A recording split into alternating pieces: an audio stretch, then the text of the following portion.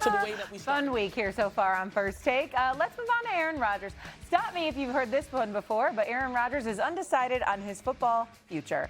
Rodgers went on the Pat McAfee show earlier this week and said he has had conversations with the Steelers about his future, but has no timeline on when he will decide whether he returns to the Steelers or not. Now, to be fair, he did also say that he has not been offered a contract yet. There's been no further conversations with the Steelers, but he has not said whether he's going to come back next year or not. Are the Steelers better off without Aaron Rodgers, though? No, I don't think they're better off without Aaron Rodgers, and I can't believe I'm at the place of saying this about a guy that's soon to be 43 years old, but I do think Aaron Rodgers in 2026 is the best option for the Pittsburgh Steelers in terms of their Week 1 starter. Now, could they potentially bring in a developmental prospect at the position in this offseason, either via free agency or the draft? Sure, but selfishly, as a football fan, I would like to see the Mike McCarthy, Aaron Rodgers reunion with the Pittsburgh Steelers, an organization that has clearly told us that they are committed to trying to compete now, but also being able to plan for the future and developing a quarterback option long term. So I like Aaron Rodgers being back with the Pittsburgh Steelers. I think the deficiencies on this team became clear in terms of what they need. Wide receivers that can win earlier in the down so Aaron Rodgers can get the ball out of his hands quicker to avoid being exploited with the deficiencies on the offensive line up front. I think those are the areas that they need to address.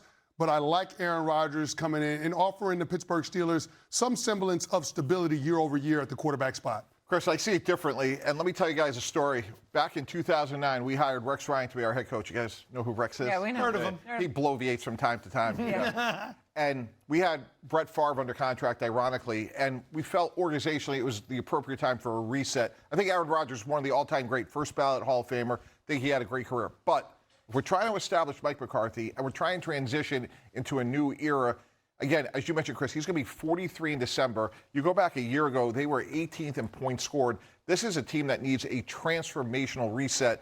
Mike Tomlin did a great job, but now this roster is aging. I would go with Will Howard, 6th-round pick last year. Maybe go sign a guy like Geno Smith, who's a great bridge quarterback. He just got released. And then look at the draft, and you look at that group of guys from Drew Aller, Garrett Nussmeier, somewhere in that like middle group of like third rounders, probably not Ty Simpson this year, and just keep going until you hit on a guy. I just think at this point, even though Aaron Rodgers is probably going to play best on opening day, there's a great expression to me that applies here is he's going to stop progress. And I'm not saying that Will Howard's going to be this great 6th-round pick, but you have to go find the next one, and we're in year 1 of Mike McCarthy. It's surprising to me how accepting of mediocrity Pittsburgh has been post-Ben Roethlisberger. Like, they have been so poor with their planning. They've been all over the map. One minute, it's we're going to go with a younger guy. We'll try to develop Kenny Pickett. The next minute, that doesn't work out, so we're going to go with a veteran. The next minute, that doesn't work out. We'll go with an aging veteran and try to wring the most out of him. At no point have they been that good of a football team. They've been good, maybe above average, and Tomlin could coach the heck out of them, but they haven't been a Super Bowl contender, like a legit Super Bowl contender in a loaded conference that's featured Mahomes and Jackson and Allen and Burrow and anyone else who rises up. And yet, the amount of years Pittsburgh has squandered post-Roethlisberger because they just haven't figured out it's okay to take a step back in order to take 3 steps forward. That's the thing. Stop winning 8, 9, 10 games. Go out and bottom out. It's all right. You're not going to do anything. It's not accepting of losing. It's not going to hurt your culture. They're not going to do that. They're not going to do it. Then they can keep getting this result. They've been so accepting of mediocrity. You're right. They won't go do that. And they'll win 9 games this year, and then they will be right back having a conversation. Hey, maybe they can go get Kirk Cousins. Maybe Kirk Cousins can help them for a year as they continue to bridge this gap between not winning Super Bowls and not winning Super Bowls. Yeah, they stay on the treadmill of mediocrity, and it's because they won't operate in the extremes. Either you fork over the draft capital that it takes to get a franchise quarterback, which means moving up in the draft or trading for one, or you end up bottoming out, like you said, Joe, tanking and hoping that the incoming draft class is quarterback rich. But it's one of the two philosophies. I don't necessarily think that they've got to tank in order to get good. You see that with the Los Angeles Rams. Kansas City traded up for Mahomes. The Rams went a decade without making a first-round draft pick and played in 2 Super Bowls during that span. You just mentioned the Kansas City Chiefs moving up from 29 to 10 to take Patrick Mahomes in 2017. The Pittsburgh Steelers have done neither one of those things. And I guess my point in saying that Aaron Rodgers is the best option is me acknowledging that the Pittsburgh Steelers are not going to tank. Because if you were, you would move on from Cam Hayward. If you were, you would move on from T.J. Watt. You will move on from players on your roster that have value around the league to stockpile draft picks in order to reset. They're not doing that. Right. But here's what applies is if you have a Will Howard, he's going to get better as the season goes along. If you have Aaron Rodgers, he's going to get older. And at 43, the odds are overwhelming that he's not going to be the same guy in December that he is in September. I agree, they're getting old on defense, but to me, this is about what is best for the quarterback position for the next 3 to 5 years. And as much as I think Aaron Rodgers has had a great career, I think it's over, and I would move on. See, I just feel like he's lingering because he's going to come back. I mean, what do they have till March 11th, right, before free agency opens up? Well, if he's still undecided, are they going to get a quarterback? Are they not? Remember we did this last year with the draft? It feels like rinse and repeat from a year ago. I'd like that move a lot. Okay, I like it too. And then finally, Mike T, give me a free agency move for a Friday forecast. Kyler Murray to the Minnesota Vikings. If I'm Kyler Murray, I am walking there. We were looking for a redemptive story like Sam Darnold and Seattle last year. Kyler Murray's ceiling with that offense, that is a Super Bowl team. He's had an up and down career thus far in Arizona, but with Kevin O'Connell and those weapons, they could make the Super Bowl in 2020. I hear it, and I hear so many people up here say it, and I have to confess, I'm skeptical. You're talking about what his ceiling is. I get it. But how often do we see the ceiling? Or maybe I should point out, how often do we not? I mean, are we ready to anoint the Vikings a Super Bowl team if they get Kyler Murray?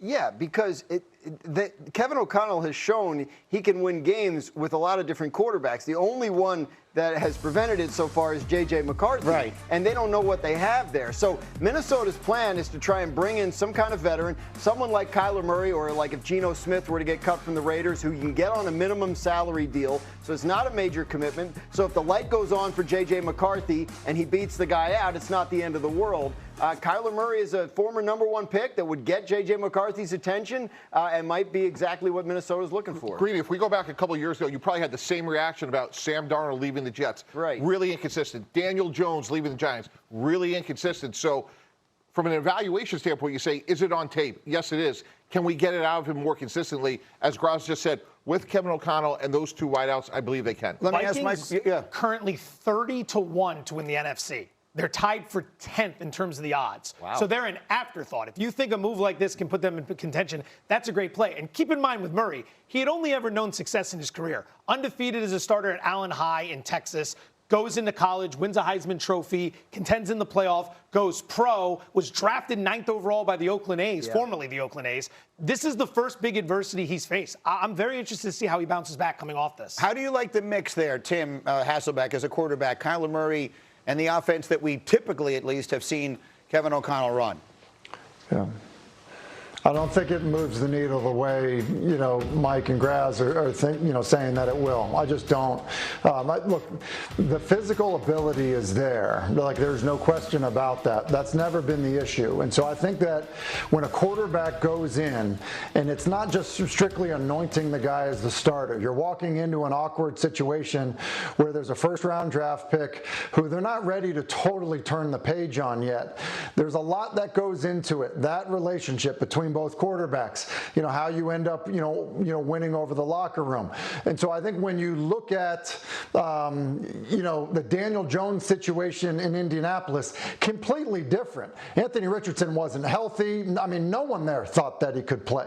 I don't think that that's how people in Minnesota feel currently about J.J. McCarthy. And so I think the dynamic of that, and then just quite frankly, without, I'm not trying to, be hard on Kyler Murray in this respect, but, he's not exactly a guy that is known to win over the locker room with a bunch of his teammates in terms of how he handles things, how he responds to adversity. And so, I don't think it's something that I would feel comfortable saying, that's going to be an offense that absolutely turns it around under his leadership.